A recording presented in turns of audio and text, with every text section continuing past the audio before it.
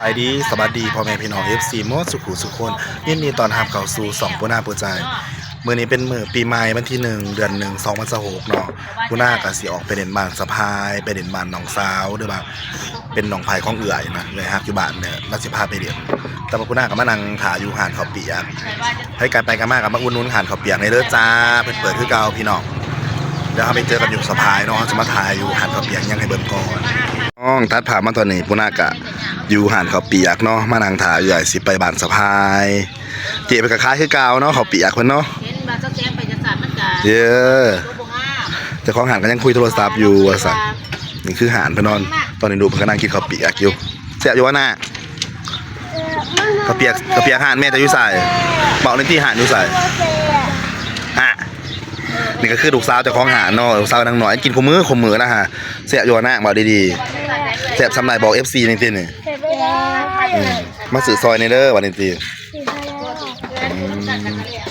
เนาะยาปูนาก็สิออกเดินทางไปสะพายมาหอดสะพายเลยเนาะตอนนี้โอ้ไปเห็ด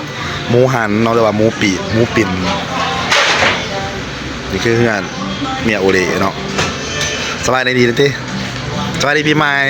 2026อ่ะก็ได้มาผู้เดียวโสดบ่สบายดีเหรอมีงามเนาะนี่เนาะบ่เห็นหล่นเนาะนี่คือเพื่อนเมียโอเล่เนาะปูนากำลังมาหอดอย่างหมูปิ่นกับเมยป้าหอมเนาะเป็นกระถาอะไรบ้างฮะแล้วก็สีสันสั้นเล็กน้อยเนาะพี่น้องมาเยี่ยมมายามเพื่อนของเมียโอเล่หรือว่าแฟนเพื่อนเนาะแล้วก็เปิดเพลงซุ่มแซวกันเด็กน้อยฉลองวันที่1อยากไปเจอกันเนาะมากินอย่างหมู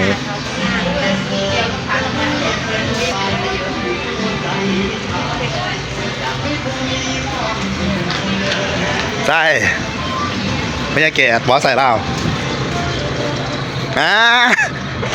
ตอนนี้มาเจอกับคนหลังเนาะพ่อใหญ่แก่BF4เลยสบายดีบังคลามอยู่ใส่ก็จะไปซื้อใส่บังคลามฮะบังคลามอยู่จะไปใส่เมื่อนี่จะสีย่างเมื่อวันนักแก้วนักแก่ห้องผลหมอนักแก้วมันม่วงเลยแล้วอย่างมากินเนี่ยฮะบังคลามเมื่อนาเด้อจะซื้อมาฝากเด้อบอกเลขมาที่เลข2อย่างมาที่1นี่เลขท้ายหันเลขท้าย2อย่างเลขท้ายไม่เสียออกนี่บ่รักยังชื่อ2บ้านเด้อพยาโอเคมาน้ำข่อยเด้อบักกะลามเด้อขอบ่ตัวเด้อเจอคนหลังเนาะพี่น้องสิซื้อให้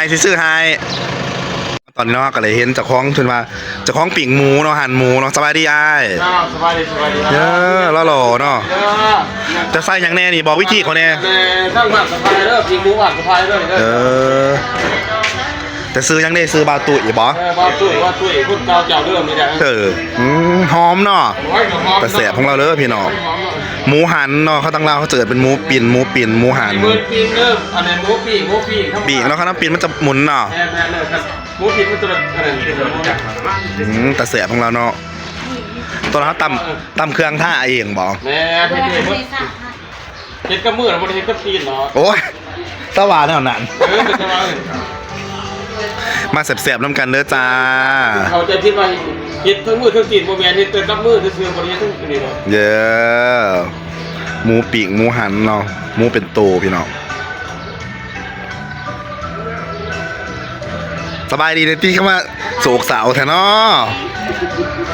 ดิ้นเลยบ่ปุ้ยจักหน่อยเนาะแล้วมีแล้วก็งามคือเก่าเด้อบ่อีดีนี่เรางามคือเก่าเนาะพี่รถมีพี่ขนมจีนสบายดีเหรอเนี่ยมื้อนี้พาน้องมาฝากทองอยู่งานโอเล่บ่เป็นจะหั่นหมูเนาะแล้วก็ปิ้งหมูแล้วก็กินเบียร์เล็กๆน้อยๆฝากทองแต่ว่า6 เดือนเดี๋ยวบ่ทันได้ออกอยู่นี่แล้วก็รอโสดจังว่าบ่าวจ้ะบ่าวโสดจังว่าเนาะเมียในรถโอ้ยเมียอยู่ในรถป่ะเนาะพี่น้องก็สิตอนนี้โสดจะบอกตอนกินหมูปีกหมูนี่โสดอยู่แต่แสบเนาะแต่แสบเป็นคนปีกเนาะแสบเพื่อเฉพาะบุกปีกนี่แหละเป็นบางตัวเองใน YouTube เลยขอYouTube ฝากติดตามคอยเด้อส่องปูนาปูใจเนาะพี่น้องฝากติดตามเวลานี่เด้อจ้ามาเลยพี่น้องกินข้าวหลับเลือดหมูเนาะแสบอยู่ว่าได้เปิดเพลงรังแน่เนาะพี่น้องมากินข้าวน้ำกันแสบๆเลยจ้าแสบอยู่ว่าเนี่ยเมื่อเด็กเรากินข้าวบางไงเนาะพี่น้องโอ้ ก็มีไอ้ลวกหมูลาบเรือพักก็ขออนุญาตกินข้าวกันเนาะพี่น้องมาว้าวกินข้าวแล้วก็กินเบียร์เนาะอายแล้วป่ะ